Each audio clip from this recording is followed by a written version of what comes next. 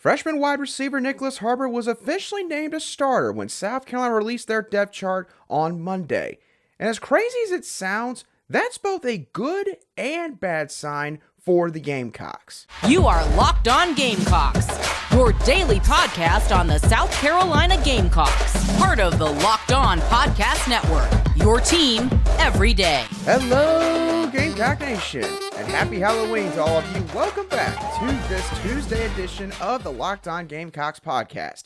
I'm Andrew Lyon, the host of this podcast, and also a staff writer for Gamecocks Digest over on SI.com. I thank y'all so much for making the Locked On Gamecocks podcast your first listen or watch for your team here today. We are free and available both on YouTube and wherever you get your audio podcasts daily.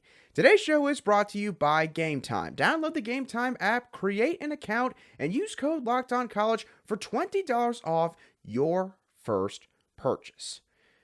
South Carolina officially released their depth chart for their Week 10 matchup against the Jacksonville State Gamecocks on Monday afternoon.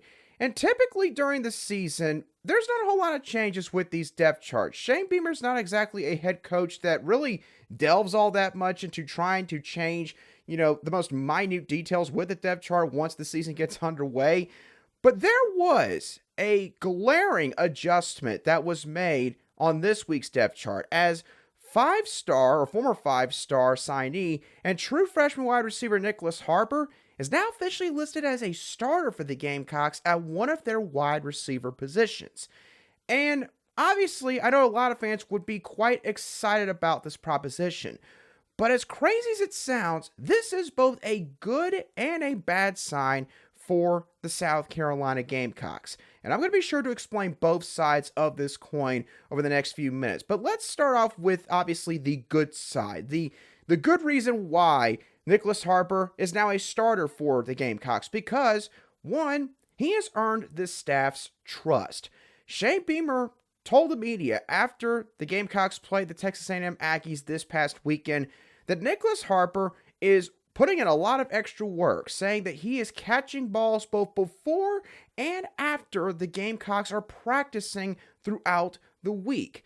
And by this point, we all know just how much Shane Beamer and his entire coaching staff value practice and the fact that guys don't just get to play because they work hard in practice. You have to not just work hard in practice, but you've also got to show reasonable improvement. You got to show that you are creating good habits that are going to translate to game day. That is the philosophy that Beamer and his staff hold when it comes to deciding who's going to play on Saturdays for them.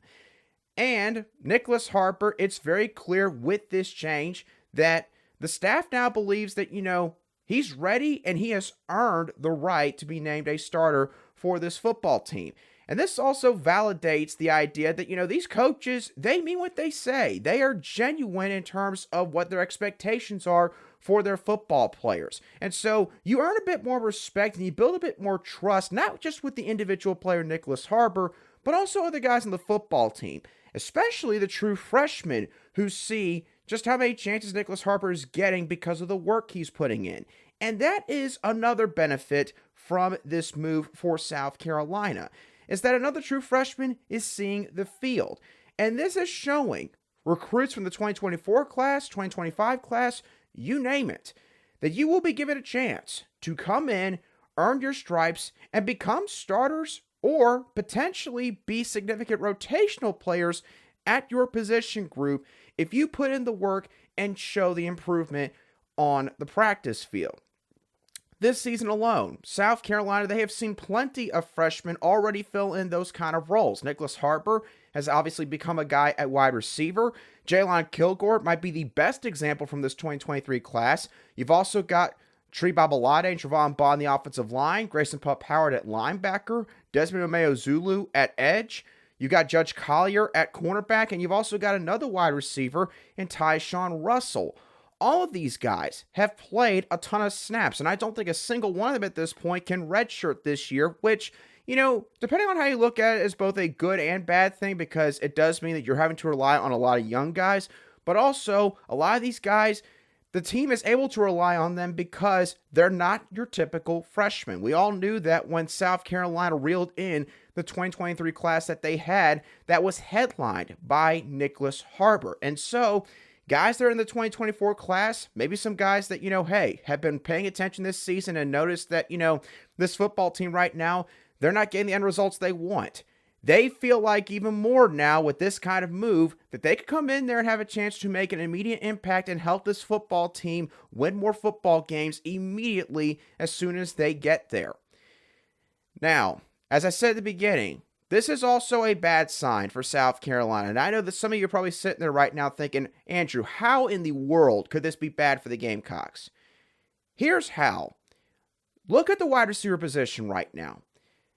Juice Wells obviously is currently out dealing with that foot injury, that lower body injury that he's had since the Georgia game, maybe the same one that he had before the Georgia game ever took place. Xavier Legette got a bit dinged up this past week. And as we have seen this season, this has certainly not been a consistent position group behind Xavier Legette. Nyckoles Harbor has started to emerge the past couple weeks, which is why obviously now he is a starter. But the thing that I find troubling about this move at the wide receiver spot is the fact that we got to think about this for a second. Nyckoles Harbor, a year ago, was not playing wide receiver full-time at his high school. He did not get here until the month of June this year.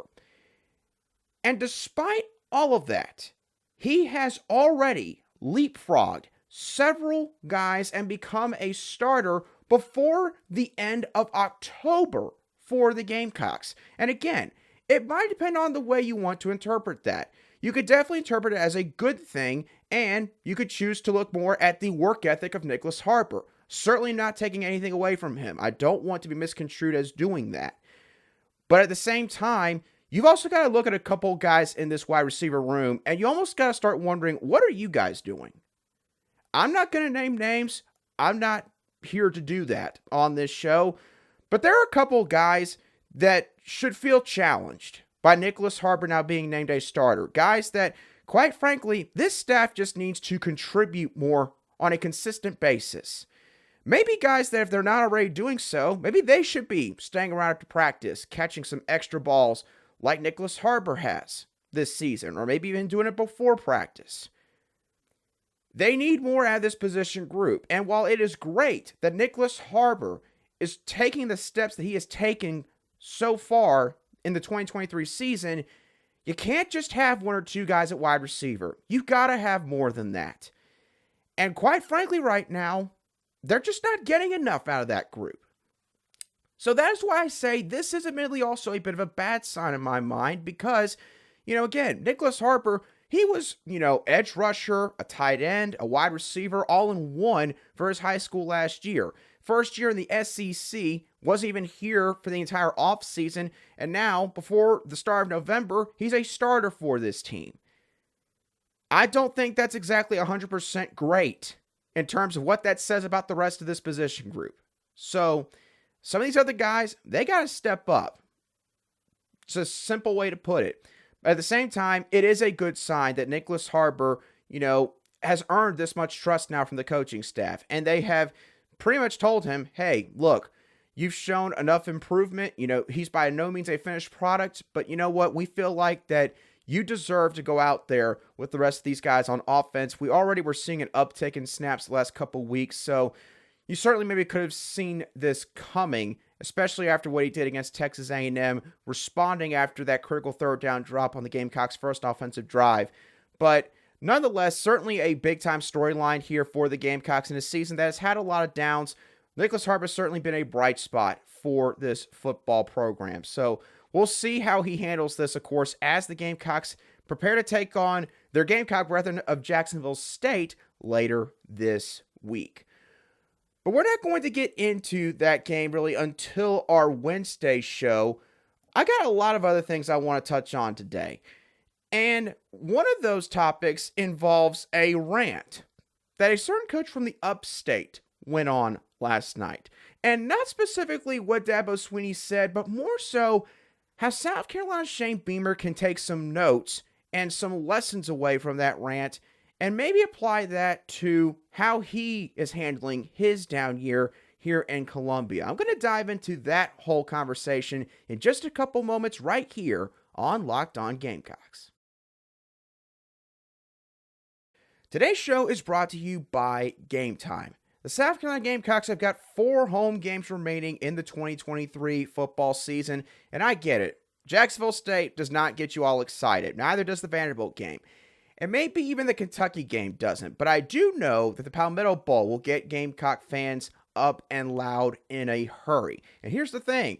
South Carolina and the Tigers, they could be fighting for bowl eligibility by the time the Palmetto Bowl rolls around. So let's say the Gamecocks go on a run. Maybe you want to make it to the last home game of the season. You're not going to have to worry about snagging a last-minute ticket because Game Time is going to have you covered. Download the Game Time app, create an account, and use code LOCKEDONCollege for $20 off your first purchase. Terms do apply. Again, create an account and redeem code LOCKEDONCollege for $20 off. Download Game Time today. Last minute tickets, lowest prices, guaranteed. Welcome back to this Tuesday edition of the Locked On Gamecocks podcast, where we cover your team every single day. And as always, a big thank you to each and every one of you everydayers who make the Locked On Gamecocks podcast your daily choice for South Carolina Gamecock sports coverage. A certain head coach in the college football world went on a massive rant last night after a fan basically asked him, "Why are you getting paid $11+ million a year to go 4-4? And that head coach was Clemson's own Dabo Swinney. Now, I know again, a lot of y'all obviously can't stand the Clemson Tigers for clear reasons. So you might be wondering, why am I bringing him up to begin with? Well, I'm not bringing up Dabo Swinney to poke fun at him, but I am bringing him up and this rant that he went on because even though it's not an apples-to-apples comparison in totality, Dabo Swinney and Shane Beamer do have one thing in common this year. They're both in the midst of a down season. And Dabo Swinney and Shane Beamer, they both have been in the national media headlines at certain points this year for maybe the wrong reasons that maybe could be a bit detrimental to how people sort of view them as a head coach leading a major college football program. And so I wanted to play a couple of sound bites from this rant that Dabo Swinney went on. I highly recommend that you go listen to the whole thing on any other site or social media. Don't have enough time to play all of it, but want to play a few sound bites and go over a few lessons that Shane Beamer could take away from this rant that Dabo went on. So here is the first clip from Dabo Swinney's rant that he had on Monday night. Let me tell you something. We won 11 games last year, and you're part of the problem, to be honest with you, because that is part of the problem. It's people like you that all you do is the appreciation, the expectation is greater than the appreciation, and that's the problem. And so, we've won 12 10-plus win seasons in a row. That's happened 3 times in 150 years. So if you want to know why, Clemson ain't sniffed a national championship for 35 years. We've won 2 in 7 years. And there's only 2 other teams that can say that, Georgia and Alabama. Okay? Is this a bad year? Yeah. And it's my responsibility. Take 100% responsibility for it. But all this bull crap you're thinking, all these narratives you read, listen, man, you can have your opinion all you want, and you can apply for the job, and good luck to you, all right? But to answer your question, all right, we're second in draft picks. We've graduated 98% of our guys. We're second in wins, all right? If you want to know why, again, I'm telling you, we're not perfect. There's a lot of teams that, Frank Howard never had a bad year. Coach Ford never had a bad year. Coach K has never had a bad year in basketball. People have a bad year. So lesson number 1 for Shane Beamer here after listening to this first soundbite is this. Don't use past success to deflect from present or ongoing problems. That is what Dabo Swinney did here in that soundbite, saying, how many 10-plus win seasons have we had here? And then we have one down year, and now all of a sudden there's a lack of appreciation seemingly from what, Clemson has done. And again, this is why I say it's not a total apples-to-apples comparison because Dabo's been at Clemson for like 13, 14, 15 years. Shane Beamer's only going into his 3rd year, is now, 2/3 of the way through his 3rd year here at South Carolina. But Shane not saying that he would do this, but certainly don't want to get to a certain point where you start to say, well, we went to a bowl game my first 2 years here. We won 7 games and then 8 games. Don't want to do what Will Muschamp did in year 3 or after year 3 and say, I got the most wins out of any first 3-year stretch in program history, to make it out like there's no issues. Do not want to do that because in Will Muschamp's case, it came back to bite him. Don't want to do that here if you're Shane Beamer. Let's go now into the next soundbite with Dabo Swinney talking about the fan base and how they have changed over the years. I used to tell people all the time, they'd say, what's the difference in Clemson? Let me tell you, at some places there's an expectation, but at Clemson there's an appreciation. And what's happened at Clemson is we've won so much that even when it used to be the fun's in the winning, now even when you win, people like you complain and criticize the coaches and question everything. People like you. I won so much that I basically spoiled all of you. That is what Dabo Swinney essentially said in that soundbite. So the lesson here for Shane Beamer, lesson number 2, is don't insist that the fan base changed more than you haven't changed. Dabo Swinney is in the predicament that he's in right now because he hasn't changed enough. And he hasn't really tried to adapt to the ongoing evolution that college football is going through right now. And again, this doesn't apply as strongly here with Shane as it does with Dabo because of the time differential of their tenures. But for Shane Beamer, he has shown signs of being a bit hesitant at certain points to change things, even when something isn't working. So if the fan base, starts to turn on you a little bit, don't all of a sudden think that they just basically changed how they feel about you. I think the majority of this fan base, they're still behind Shane Beamer. But Shane Beamer, if you see this criticism from the fan base, don't take it as, they just all of a sudden flipped on you like kind of Dabo at least insinuated in that soundbite. Because it's not that. They just want to see the program succeed, and therefore they want to see you make the right decisions that they feel like will help the program continue to elevate moving forward. So with that bearing in mind, let's now go into this last soundbite where Dabo Swinney once again seems to refer to the idea of maybe the bandwagon needs to be lightened up a little bit. And when I got this job, and I'm sure you didn't want me to get this job, all right? And 15 years later, I'm still here, and I'd say the results are what they are, and I stand on them. So you don't ever have to call back. I wanted to get married. I've been married for going on 30 years. I wanted to be a father. I've raised 3 great sons. If you don't like how I run the program, don't be a fan. I don't care. But I'm the head coach, and I'm going to do what I believe is right for the long term of this program, what's best for the players, and what I think's best for the moment. Lesson number 3 to take away from Dabo Swinney's rant on Monday night: don't ever tell fans to not be fans if they have issues with how you run things. Kind of relates back to lesson number 2 that I went over, but basically don't be completely thin-skinned when it comes to criticism from the fan base. It will make you come off like you think you are completely absolved from criticism even when it is deserved. And fan bases definitely do not like it when they're basically being talked down upon and present the idea that basically they should never question anything that you do. So again, this doesn't probably give full context as to what Dabo Swinney wanted to get off his chest with his whole spiel on Monday night. Still recommend that y'all go back and listen to that in its entirety if you can find it. But again, these are the 3 lessons that Shane Beamer needs to take away on that end and apply to what all he's got going over here. Don't use past success to deflect from present problems. Don't insist the fan base changed more than you haven't changed. And don't ever tell fans to not be fans if they have issues with how you run your program. If you can stray away from doing any of those things, I think that you'll be A-okay.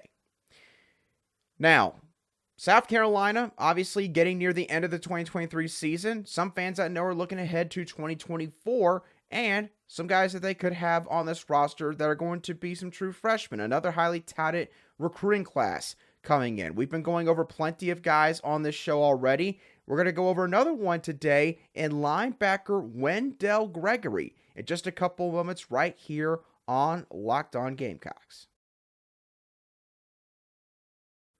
Today's show is also brought to you by FanDuel. Score early this NFL season with FanDuel, America's #1 sportsbook, because right now, new customers can get $150 in bonus bets with any winning $5 money line bet. That's $150 if your team wins. Got an interesting Thursday night matchup coming up here in the NFL as the Tennessee Titans, the Fighting Will Levises, will be going on the road to take on the Pittsburgh Steelers. The Steelers are currently 3-point favorites in this matchup according to FanDuel, and the money line for the Steelers is set at -156. If you think that the historically prestigious Pittsburgh Steelers are going to get the job done on a short week here against the Titans, then now is the best time to join FanDuel. The app is easy to use, and you can bet on everything from spreads to player props and more. So visit FanDuel.com/lockedon and kick off the NFL season with FanDuel, an official partner of the NFL. Welcome back to today's edition of the Locked On Gamecocks podcast, where we cover your team every single day in just 30 minutes. Let's continue our future Gamecock profiles here today with 4-star linebacker/edge rusher Wendell Gregory. Now, when watching some of his film from his 2023 senior season, the biggest strength, the biggest thing that sticks out to me about Wendell Gregory's game is his high motor.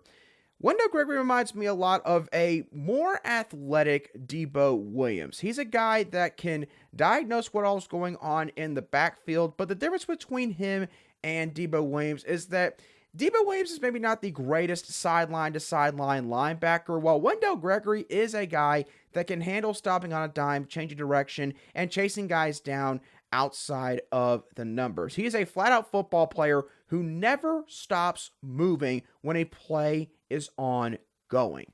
So, how's he going to help out his position group or the defensive side of the ball in its entirety? Well, again, depending on what position he plays, either way, Wendell Gregory is going to give an athletic boost to this defense. And I also think that he has a certain competitive fire that comes out every once in a while when he makes a play, which obviously you got to have if you're going to play defense, especially in the SEC.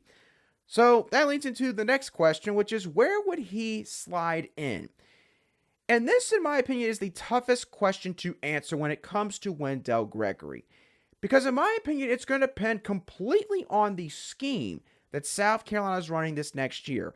Now, don't take that clip and run with it necessarily, because I'm not insinuating that South Carolina is going to change the scheme or there's going to be a coaching change, because I don't know, okay? I promise y'all that. I do not know.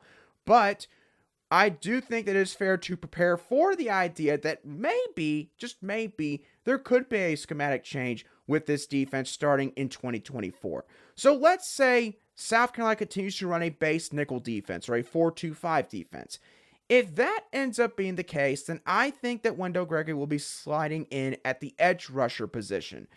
Because, quite frankly, I think if he was a 4-2-5 linebacker, I think his talents would be a bit wasted. I think he's a guy that you want a bit closer to the line of scrimmage, and especially on the outside, where again, he can cover a lot of ground. If there's a quick hitter that's thrown out to the perimeter, or maybe there's an outside zone run or a halfback toss that ends up getting thrown out there as well.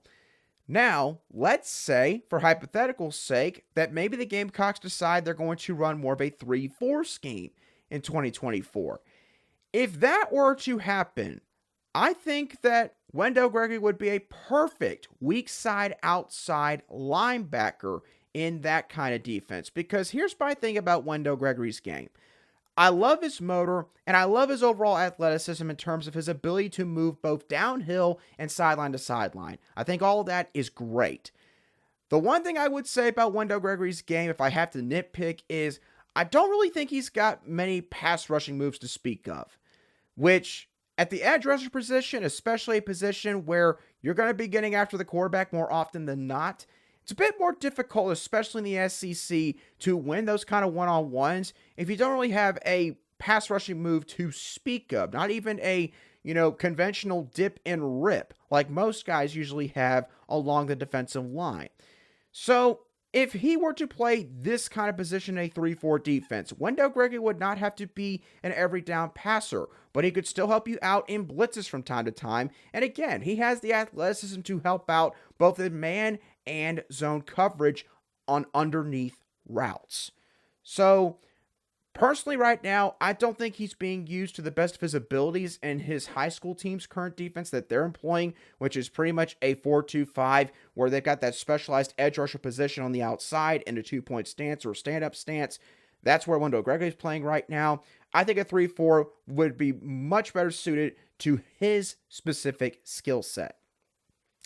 Which leads me into playing time. Same exact dilemma that I had with where he will slide in positionally. If South Carolina is running a 4-2-5 defense in 2024, I think that Wendell Gregory would primarily be a special teamer. I don't think he would redshirt. I think he'd be basically a 12-game special teams player for South Carolina. But I don't think he would play a whole lot defensively because of all the guys in front of him that have experience in that system.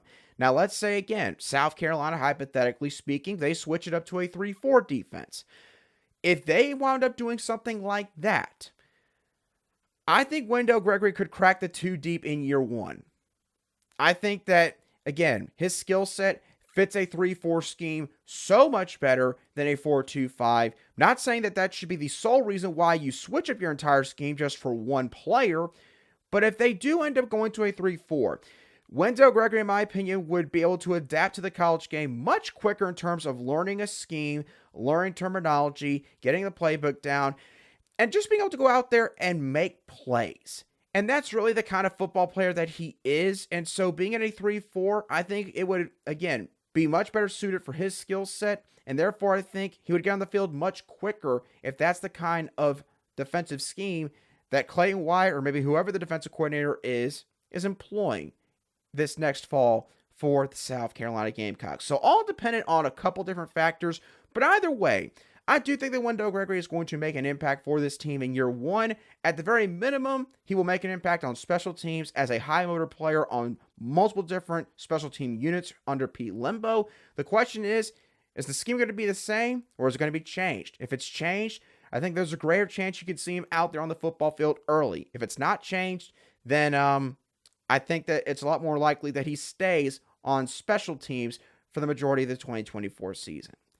But with that being said, that does it for today's edition of the Locked On Gamecocks podcast. I hope y'all thoroughly enjoyed today's show as always. What are y'all's thoughts on Nyckoles Harbor officially being named a starter for the South Carolina Gamecocks? Do you think that there's actually any potential downside or maybe a bad sign regarding that position group with him being named a starter? What do you think about Dabo Swinney's rant that he went on Monday night? And do you think that Shane Beamer could take away some lessons from that rant itself? And lastly, what are your thoughts on linebacker Wendell Gregory and what all he could possibly do for this team in 2024?